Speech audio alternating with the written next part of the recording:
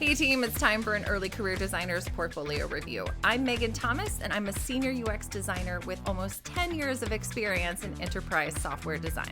I've taught and mentored over 300 early career designers through UC Berkeley's UX UI Design Bootcamp. In this video, I'm going to review an early career designer's portfolio and share my thoughts as a senior designer. My goal is to provide actionable feedback to help them succeed as they look for a job in the UX industry. Join me for a stream of consciousness walkthrough as I assess one of their case studies.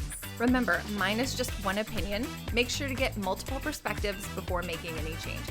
All right, let's dive into the review and learn together.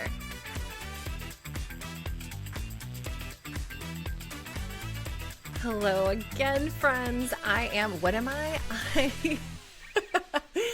I laugh at myself every single time I create one of these videos because I am constantly excited. And I think there is a pathological positivity factor in here, but I am excited to talk to you today about Amanda's portfolio. Amanda, I think I pronounced your last name Smolik, but I also feel like a dick because I don't actually take in that information. So if I got it wrong, I just want you to know that I'm sorry. But I do want to say that I like your portfolio. It's a boss. I would actually make your image bigger. This is kind of a really cool image. I feel like I know the app that first created these ooh, you can put yourself in a bubble but stick out of the bubble a little bit. It's really cool. I love it. And I also just love the moxie of I have a bow tie, deal with it. It's fantastic. Also excited to know that you are in Chicago, Illinois. I will be there again in March, I believe, and April. So if I'm there, I will definitely have time to meet up for maybe drinks or whatever. So I'll let you know when I'm there.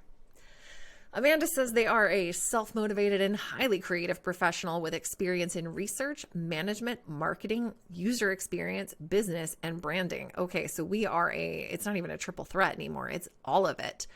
A strong leader with solid understanding of human psychology and behavior. Passionate about building web and mobile experiences that bridge the gap between business objectives and user needs. That is where I live. That is my sweet spot as a UX designer too. So let's see about me. Oh, what a sweet baby. Okay, so originally from Poland, my family and I relocated to Chicago when I was just 2 years old. That's crazy.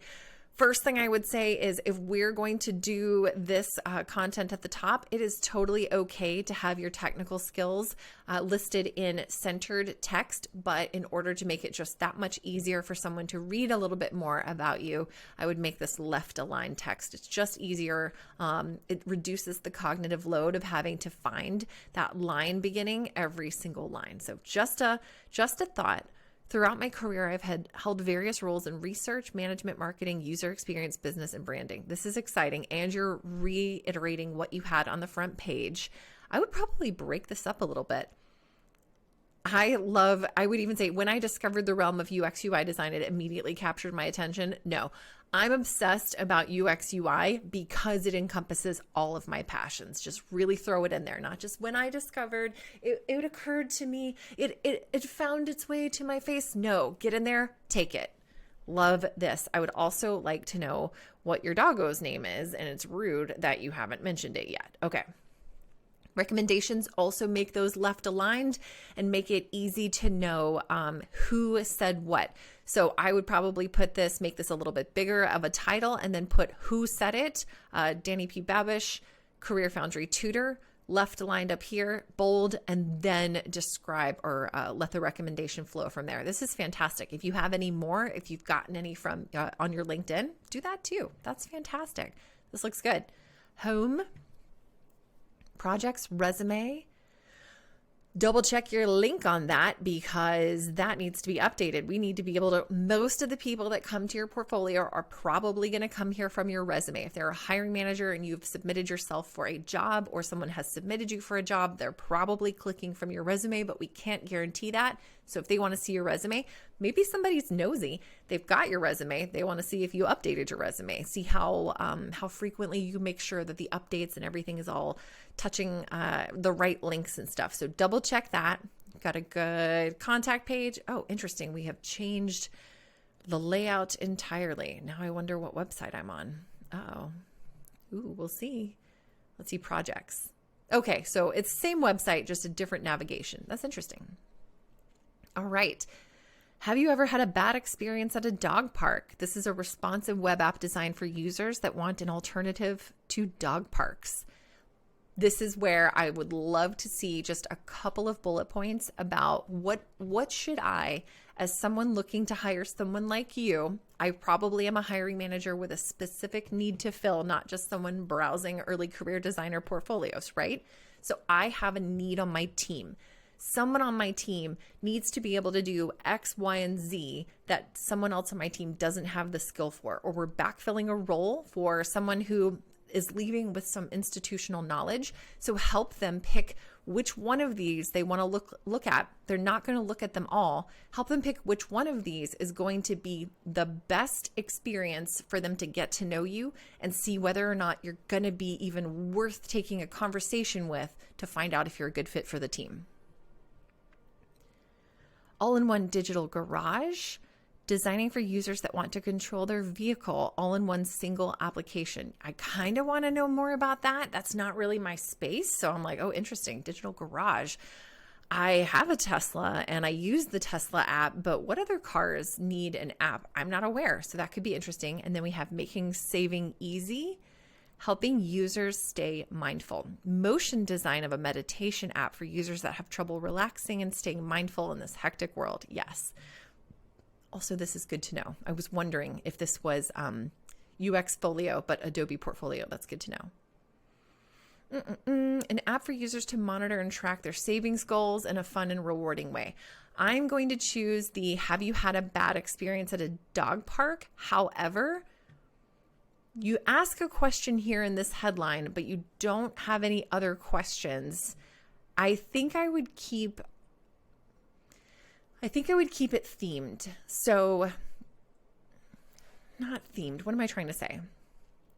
I love that you have the intention for the app as the label. So, helping users stay mindful. I know what I'm going to look at. You're going to be designing some kind of experience that helps users stay mindful. Here, you're helping someone making savings easy. You're taking an action. You're making users have a better experience when managing their money. This one's a little different, all-in-one digital garage. I might say controlling vehicles all in one single application, something like that. But this one kind of throws me off because well, you're asking me a question and I'm like, well, no, I haven't. So does that not apply to me? And maybe I'll scroll past it. So that's just some cognitive walkthrough like, that's interesting. Nothing in particular jumped out as must absolutely click this. So give me something more to work with, maybe a couple bullet points of what tasks or methods or skills that you used in that project that you really want to call out. That will help guide my experience as the recruiter who is reviewing this to go, all right, what are you doing? What do you got going on here? Give them some touch points to look for. So if you say, this is for my visual skills and my UX strategy, then I'm going to look for some UX strategy here. So let's see. This is from March of last year. It's a UX UI case study. This is okay, so this is a huge picture. Definitely not saying everything needs to be accessible, but I do typically tell people maybe don't make all of your content fit into an image. This feels very Behance, and that's fine, but it makes it a worse experience, especially on desktop, because I guarantee you in the next few minutes, I am going to go click and then try and figure out why I can't see what I mean to see. All right, so I'm actually going to go back and check and see, are all of them like this? Ooh, we have a video. Now I'm excited, actually. Hold on. I kind of want to watch this. 31 seconds? Yes. No sound, no problem. Inhale. Oh, this is your interaction design. Oh, that's nice. Oh, fun little interactions, dancing things so that people know that they've selected it. The arrow changed so that I know what's going on. Okay, it's shaking again. Oh, it's the same one. Okay. Very cool. That's awesome. I really love this little preview of the actual app. That's even cooler. I really like that. I would add some more content just to let me know what exactly like you did, maybe some tasks, maybe the goals, maybe why you were brought in to do the animation, but I love it. All right, let's look at the digital garage. Is this also going to be one long? Okay, so that's what we've got. No problem. But I will say, maybe watch out for that. Maybe break it up a little bit. Maybe make it so that someone can flip their phone to the side and flip through the screens. Hold on, my nose is itching. I love that anyone watching this video is going to be like, hold on, what do you mean? She came right back immediately. No, it's just because I had to blow my nose and I didn't want y'all to watch it. Ew.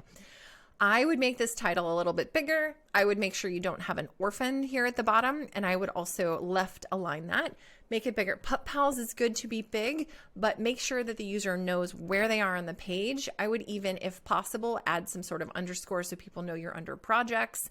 And then maybe a breadcrumb back. No, breadcrumb, you don't need that. But make this bigger because it's just not very impactful. This really takes up your screen. So I'm wondering, again, why we have a question as a headline. Not loving that.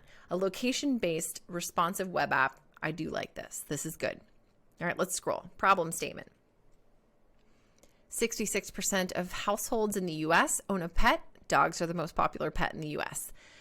We got a lot of bullet points, which isn't really necessarily saying story. So tell me about who owns the pet. Target audience, be anyone that owns a dog. Your role was all of the things, which is fantastic. All right. So I don't want to see a problem statement that starts off with a bullet point because it means that you haven't considered what my user experience is. So this content is interesting. Dogs are the most popular pet in the US. In fact, 66% of US households own a pet and a lot of them are dogs. Maybe we need to narrow that down just a little bit. Maybe give me a visual about the dogs.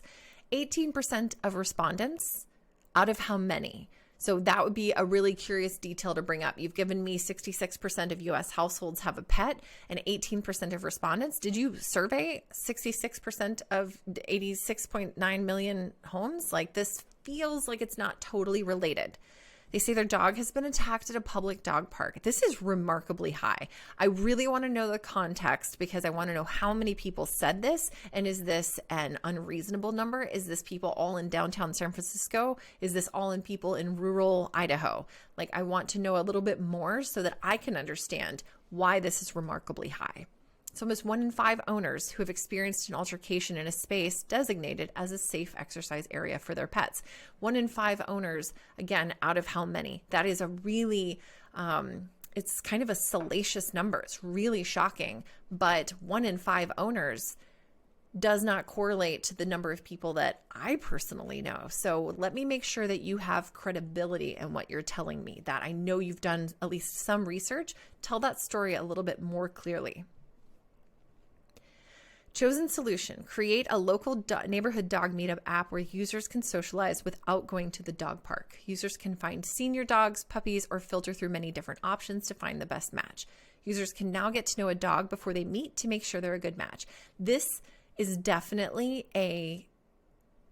here's what we're going to deliver, but I don't have a story for why. So this could tighten up a lot, but not in bullet point form. Give me some storytelling to tell me why this matters. 1 in 5 of the dog owners that I talked to had their dog attacked at a public dog park. That's a lot, and we want to do better.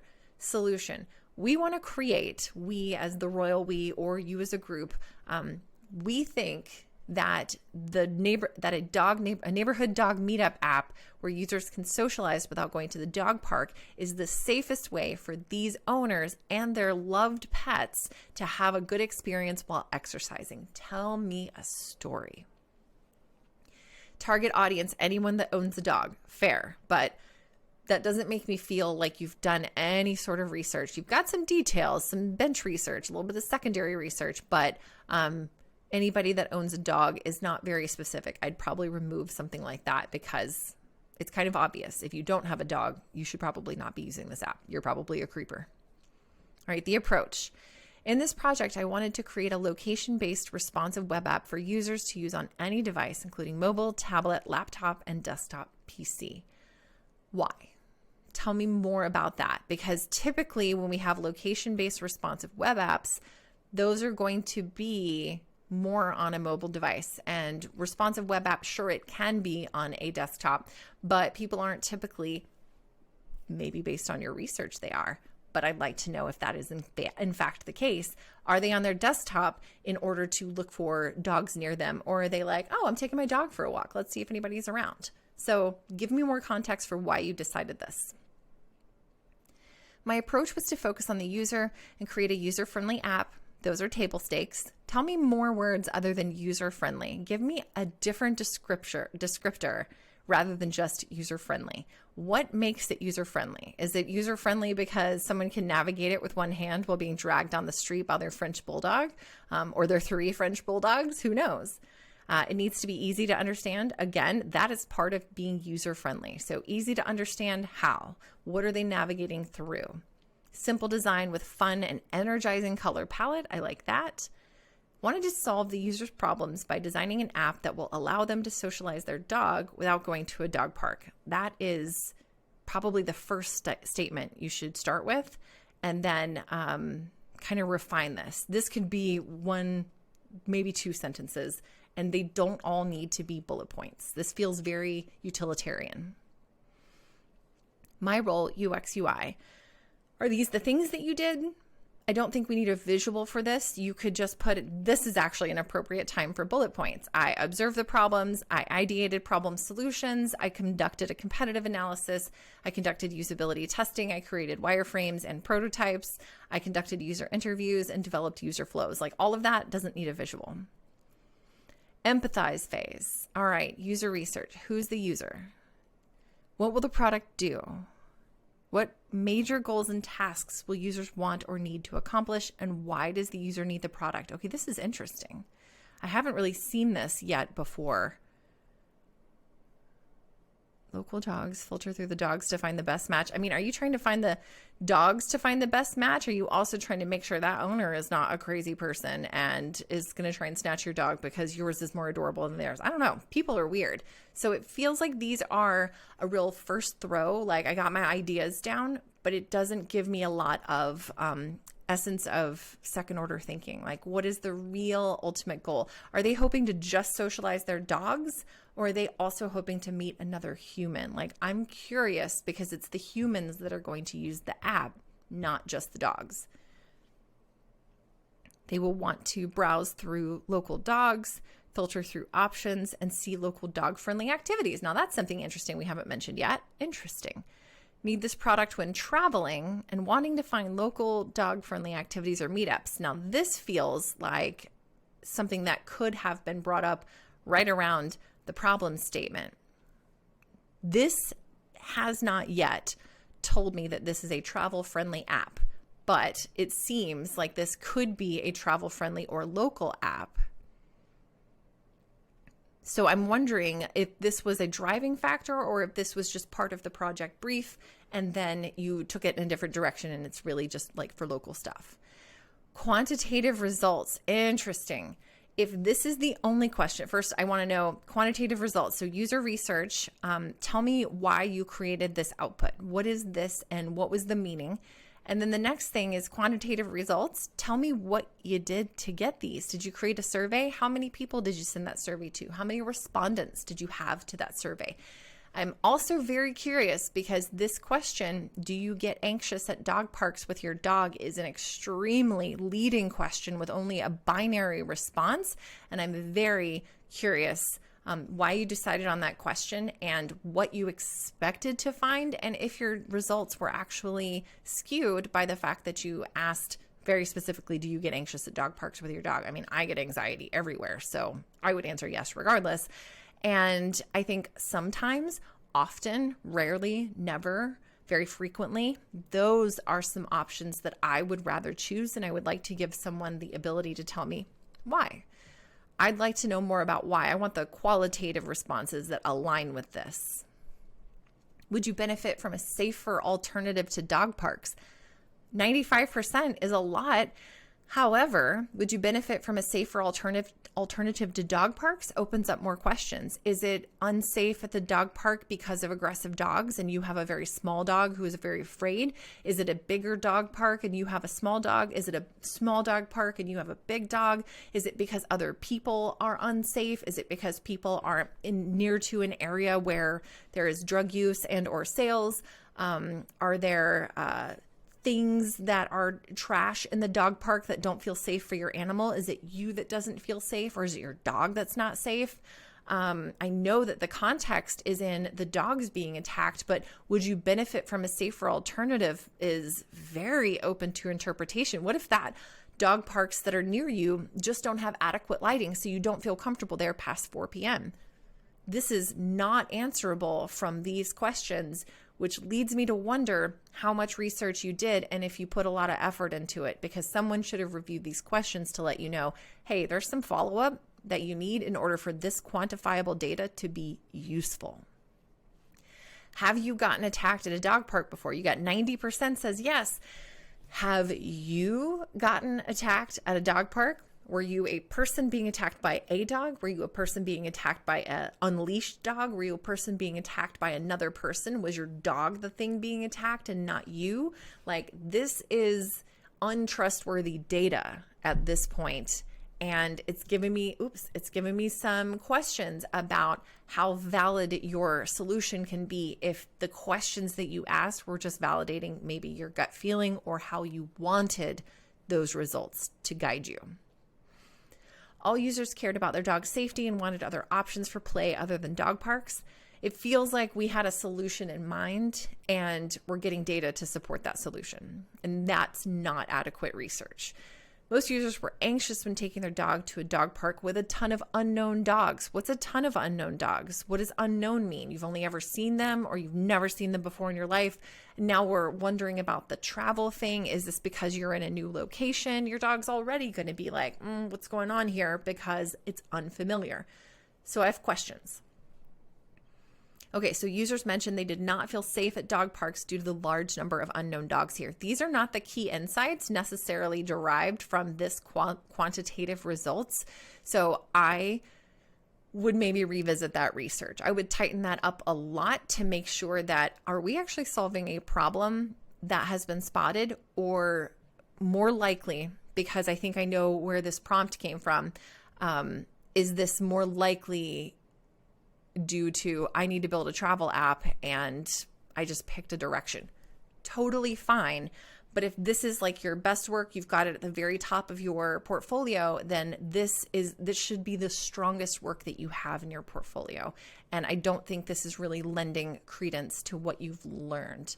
And that is probably, if this is related to a travel app design and that is early in the bootcamp experience, depending on which bootcamp you went to, this is totally normal.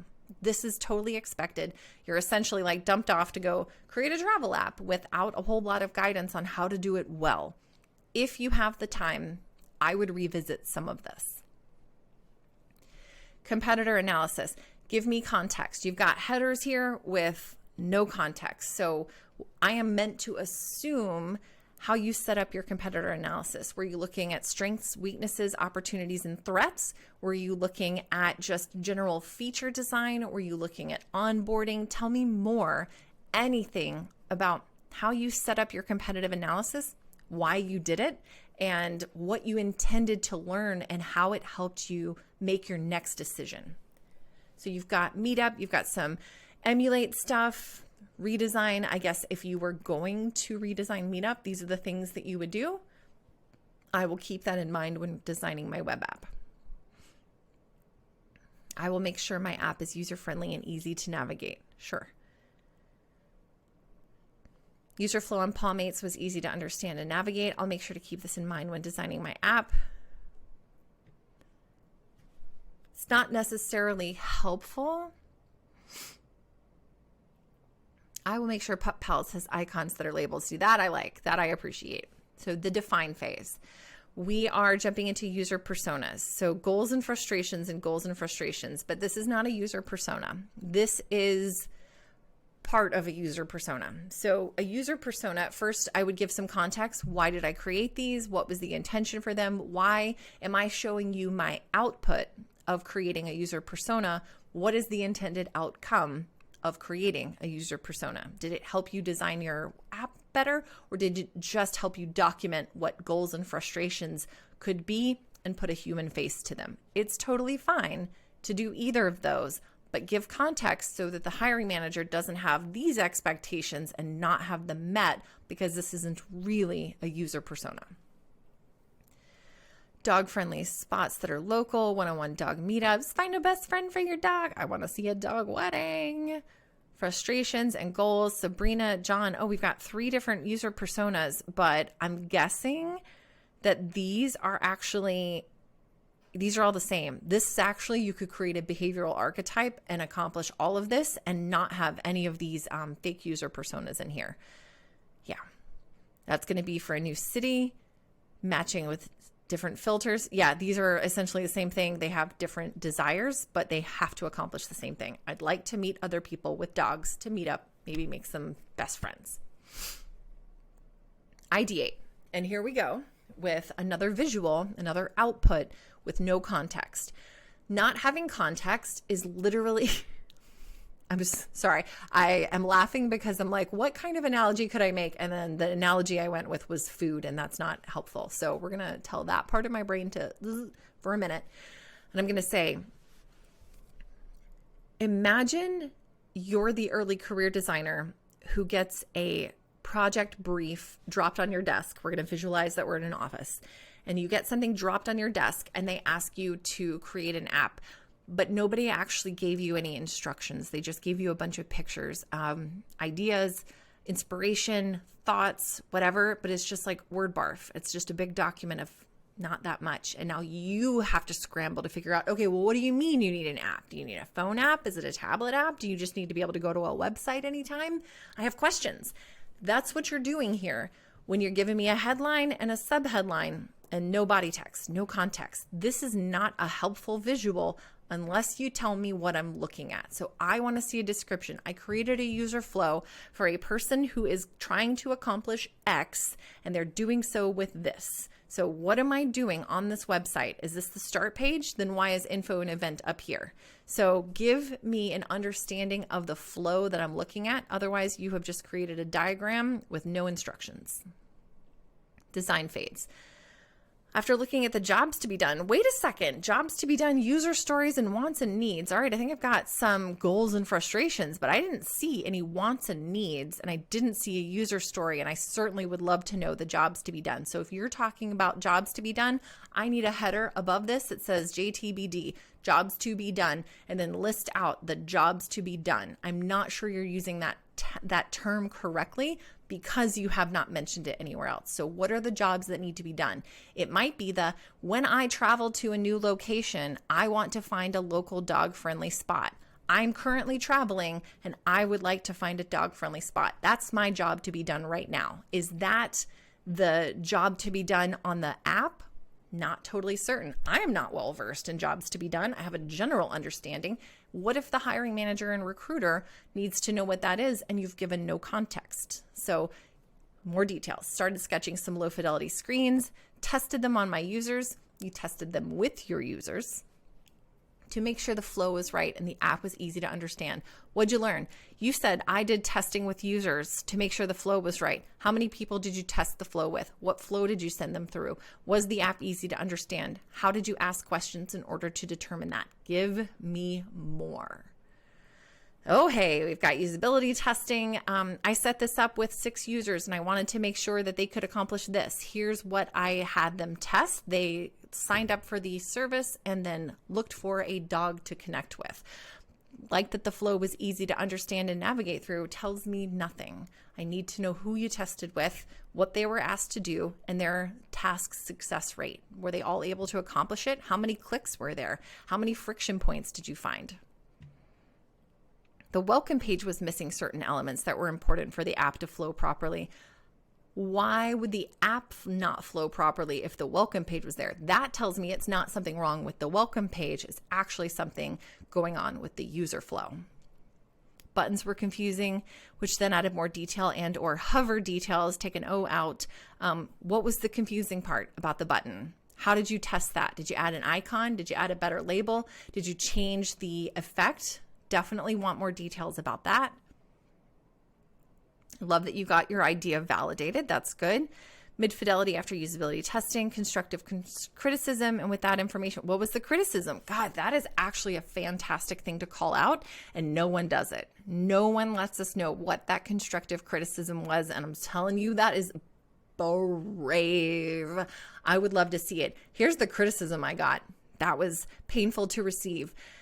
And here are the changes I made as a result of it. That shows me a mature attitude for a designer. And honestly, it is super hard. I promise you, I've been doing this for 10 years and I still struggle with feedback sometimes because I'm like, well, use your words, be more clear. So tell me how you received that feedback and who gave it and what authority do they have to give constructive criticism on your design work? This looks good. There's a lot of buttons. Oh, these are input fields. I would love to see better usability and make sure that there's a real label and that there maybe is placeholder content. In text fields, we typically don't enter things in a centered text, so maybe we would have that on the left. Edit your profile, match made. Mid-fidelity into high fidelity. Whoa, that changed a lot. Okay. Map, browse local pups, your upcoming meets. These look like, I mean, these are ultra low fidelity wireframes and they don't look anything like what you designed here. So I'd really love to know what fidelity level you actually went to test with users, because it's very, very different than your visual high fidelity designs. They look really good, but there is some question about that. Typography and colors, Open Sans, righteous regular color. This is a primary color, but it wasn't used very much, or at least, oh, okay, there we go. We've got that in the buttons and stuff. Okay. This isn't where my specialty is, visual design. I'm all like, oh, it's beautiful. I'll get you 80% of the way there. Responsive design final screens. All right, I love that you've also used the mock-up. This is fun and exciting. And then reflection. Okay, how did you interpret the project brief? That is actually helpful at the top. How I interpreted this project brief is blah, blah, blah, blah, blah. Also, if you have questions that are like this, I would probably answer it in the form of the statement, like make it really professional sounding. How have you met the project objectives? I believe I have met the project objectives because the goal of this blah, blah, blah was to go through this. And then the project objective, starting with the UX. Wait, what? The goal of this location-based responsive web app was to go through the whole UX process and then the UI process. Project objective. Is that the project brief objective? Or your goal in completing the project? This is a little too small, especially to be on a picture. UX and UI designer start to finish by myself, help of my tutor, my users, and fellow UI students for feedback, tips, and constructive criticism. How did you decide on your MVP? This is all information that should actually be added into the story as you move through this. This is very helpful. Thank you for your time. And then you've got other stuff here. This is really fun. Amanda, I think you've got a solid case study here. It feels like once you've created this visual and you've put it on your website, it feels harder to update, and it doesn't, like, we don't have a lot of motivation to do that. I want you to know I think you've got a lot of promise here in this case study, and I think you've got some opportunities to really bring in something interesting to tell the story of how you created this. So really good work on your portfolio and your case studies. I also really liked the video. Consider doing that. Maybe consider breaking up this long image into something that's a little bit more interactive. But overall, I think you've done a great job with your case study. Congratulations. Welcome to the industry. I'm so excited. So excited.